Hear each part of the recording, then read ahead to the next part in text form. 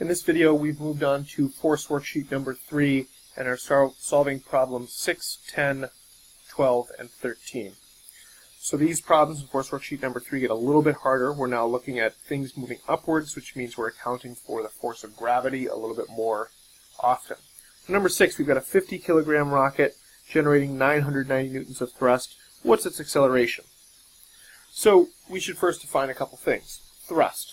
That means the total force, which is another word for net force or total force produced by a rocket. So I like to draw these out a little bit so that I can picture them. Please excuse my drawings. They're awful.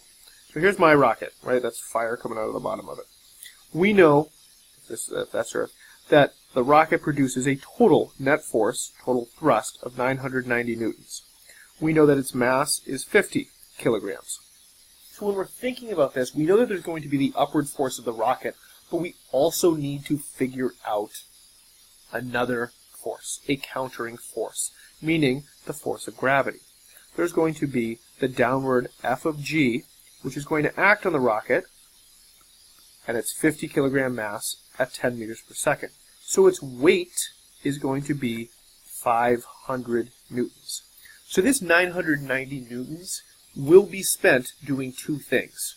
First, overcoming the weight, and then accelerating the rocket. So we need to say total force is equal to force of gravity plus force of the actual rocket moving up, rho. So we can plug this in right here. 990 equals 500 plus rho.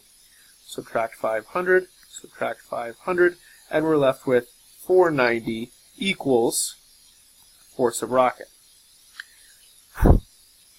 So that 490 is what is left after we've accounted for gravity to act on the rocket.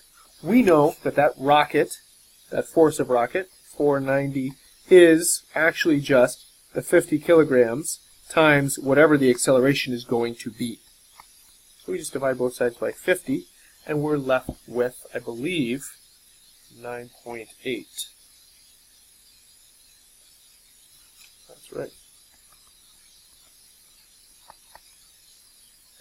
So, there's another video on this elsewhere, but I'm going to put this over here, that we've got total force,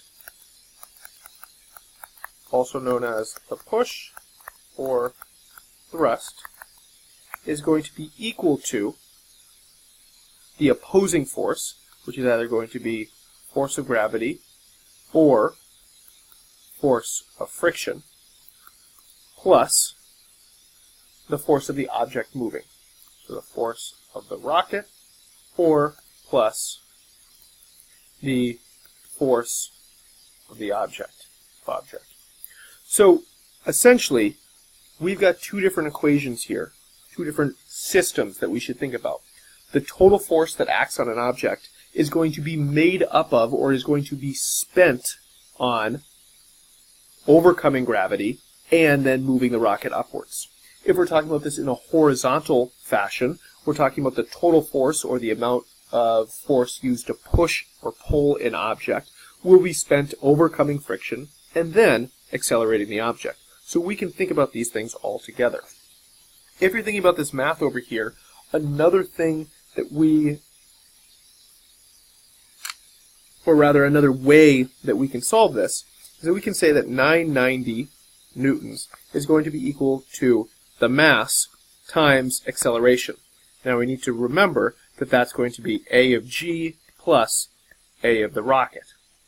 So just keep that in mind. We know that the mass is actually going to be 50, so we just divide both sides by 50. 990 divided by 50 is going to be, I think, 19.8. So we'll now have 19.8 is going to be equal to the acceleration. Now wait a second, that doesn't equal the actual answer. Why not? Because we haven't yet accounted for acceleration due to gravity. So minus our 10 meters per second, which is a of g, and you're left with 9.8 meters per second squared for your a of rocket. Right? Just another way of solving this problem rather than dealing with subtracting out the force of gravity first and then solving for the acceleration of the rocket, you can just instead divide out and subtract later the accelerations. 6, on to number 10. Number 10, on Earth, the Mars rover has a weight of 9,800 newtons. Remember, weight means its force due to gravity, which means its mass times acceleration due to gravity. What will be its weight on Mars where the acceleration is 4 meters per second squared?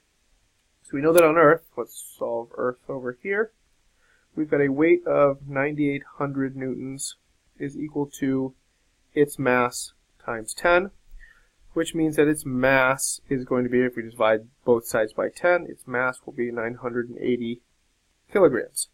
So on Mars now, we are going to solve for the force of gravity, or for the weight. It's going to be the acceleration, 4 times the 980, which equals 3,920 newtons.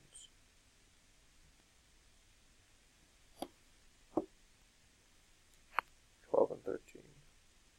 Okay, find the acceleration of the 4 kilogram block below. We've got two opposing forces. 37 will overcome 21.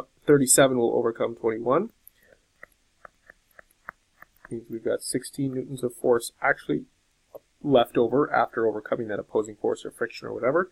16 divided by the 4 kilograms leaves us with 4 meters per second squared. Number 13. What will be the acceleration of the 10 kilogram block below? So we're looking at this system. Now remember, once again, this is a frictionless state. It's hanging off. We know that the only force acting on it is the force of gravity acting on this one. So if the force of gravity is acting on this 2 kilogram block at 10 meters per second, we know it's 20 newtons. If 20 newtons is pulling down on this block, it's also pulling through this string onto this block. So that 20 newtons is being applied to the 10 kilograms. We're going to find its acceleration. We do that by dividing both sides by 10, and our acceleration is 2 meters per second squared.